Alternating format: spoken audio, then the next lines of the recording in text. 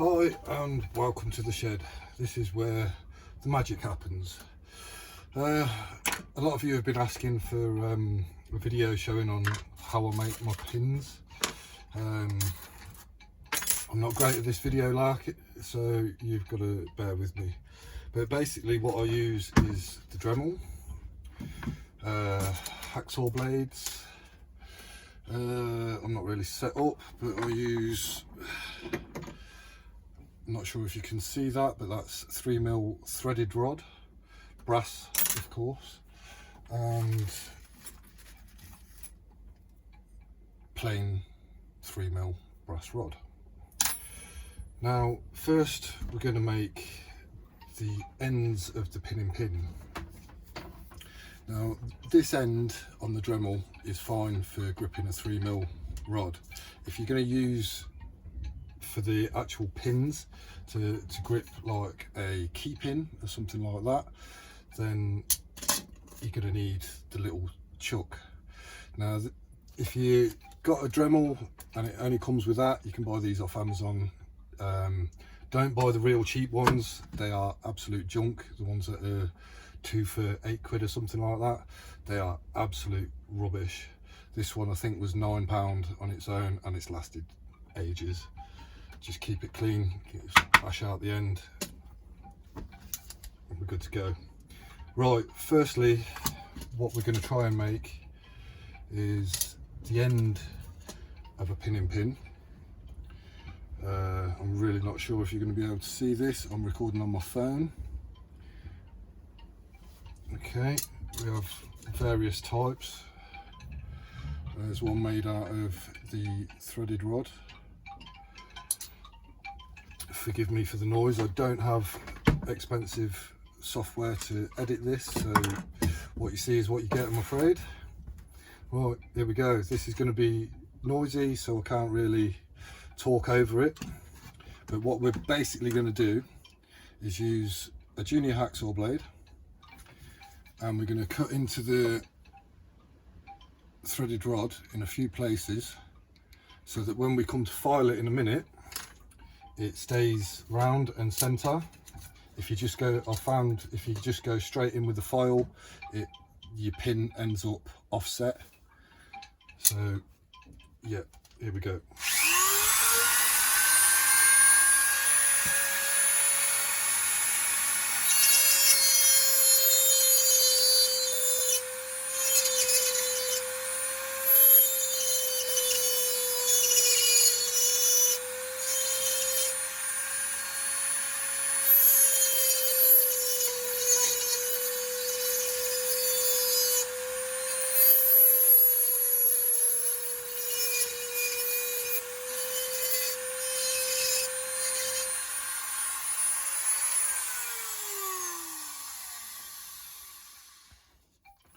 Then what you get is basically a serrated pin. Now, I'm not sure how well that's showing up on there. There we go. Then we go in with the file, just a little square file. I've got cheap crap old ones. We go through loads of them. More noise.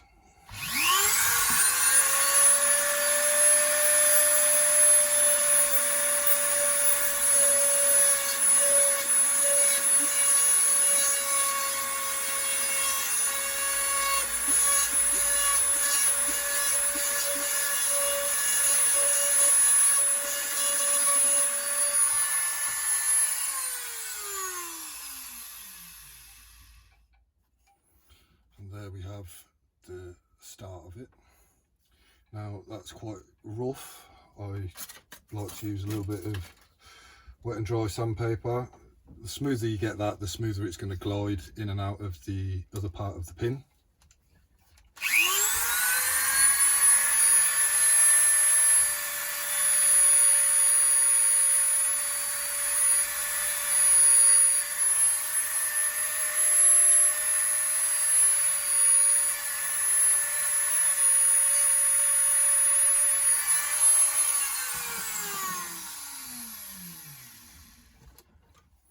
Go, just quick check on the size. Again, I'm not sure how well you can see this, That was a good estimate. We've got 1.4, 1.5 millimeters there. I use a 1.5 mil drill bit on the other part of the pin, so that will slide in pretty lovely.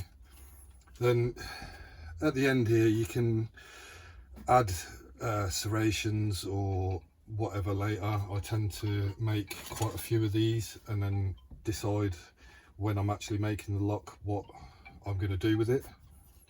So then we just cut that piece off.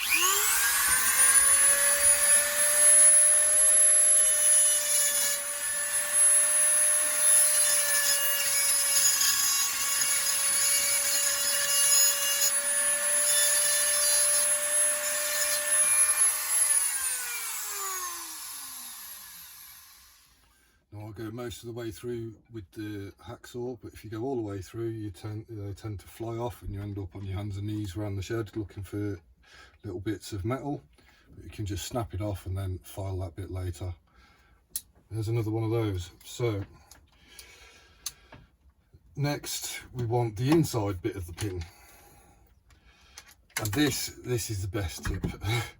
Always use a pair of grips or something to tighten that down, because if you don't, you'll find it climbs its way out and the whole thing just disappears on you.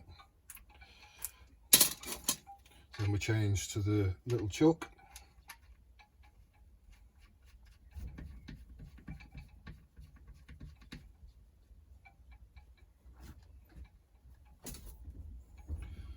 And I'm just going to make a pretty basic one, but you can add serrations, you can do it with key pins, you can do it with driver pins, whatever you want.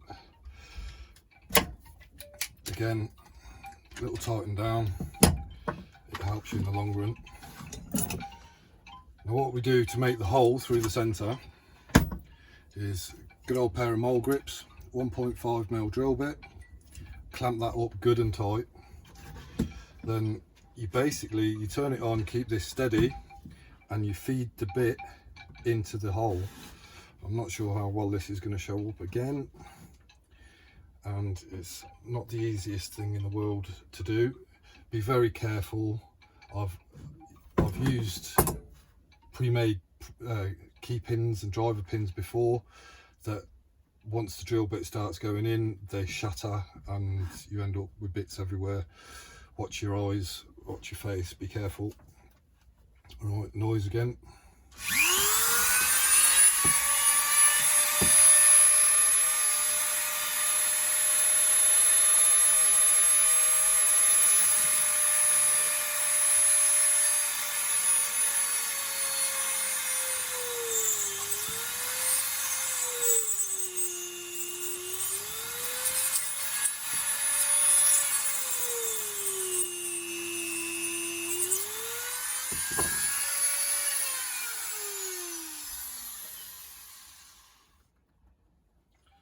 Again, I'm not sure how well you can see what's going on here, but we basically have the hole drilled out the centre there.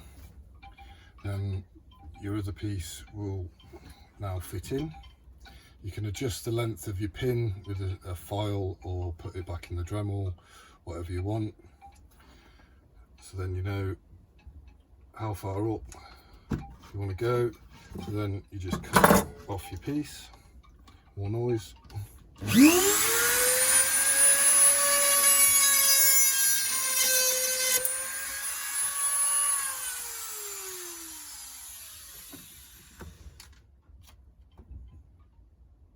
So then basically what you end up with is a small hollow sleeve, which will then slide over your pin, and that's basically the basis of a pin. You can add serrations, you can, like I say, use key pins, driver pins, but there you have a basic pin. Now just a quick one of showing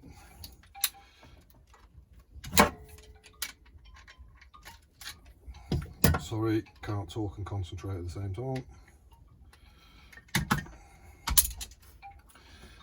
Just going to put some serrations or something on the end of a key pin.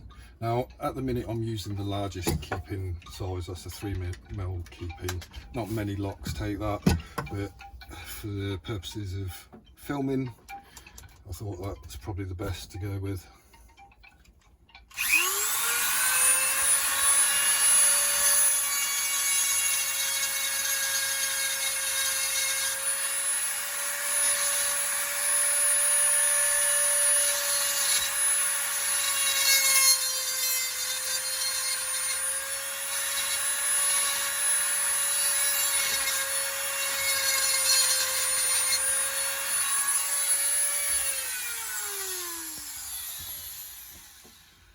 Now that's quite crude. I do like to make it a little bit better than that, but I'm just trying to keep this video a little bit short because it's quite a long video.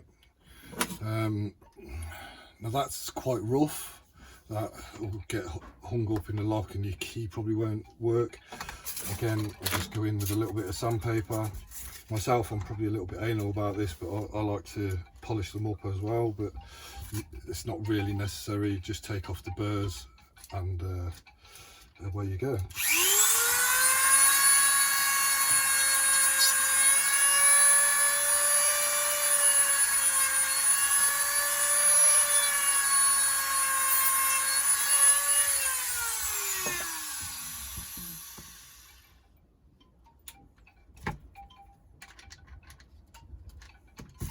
Well, this works for every type of pin you can possibly imagine. There's some pair of pliers, you might get to see this properly. There's a lovely little serrated pin, and typically it won't focus. There you go.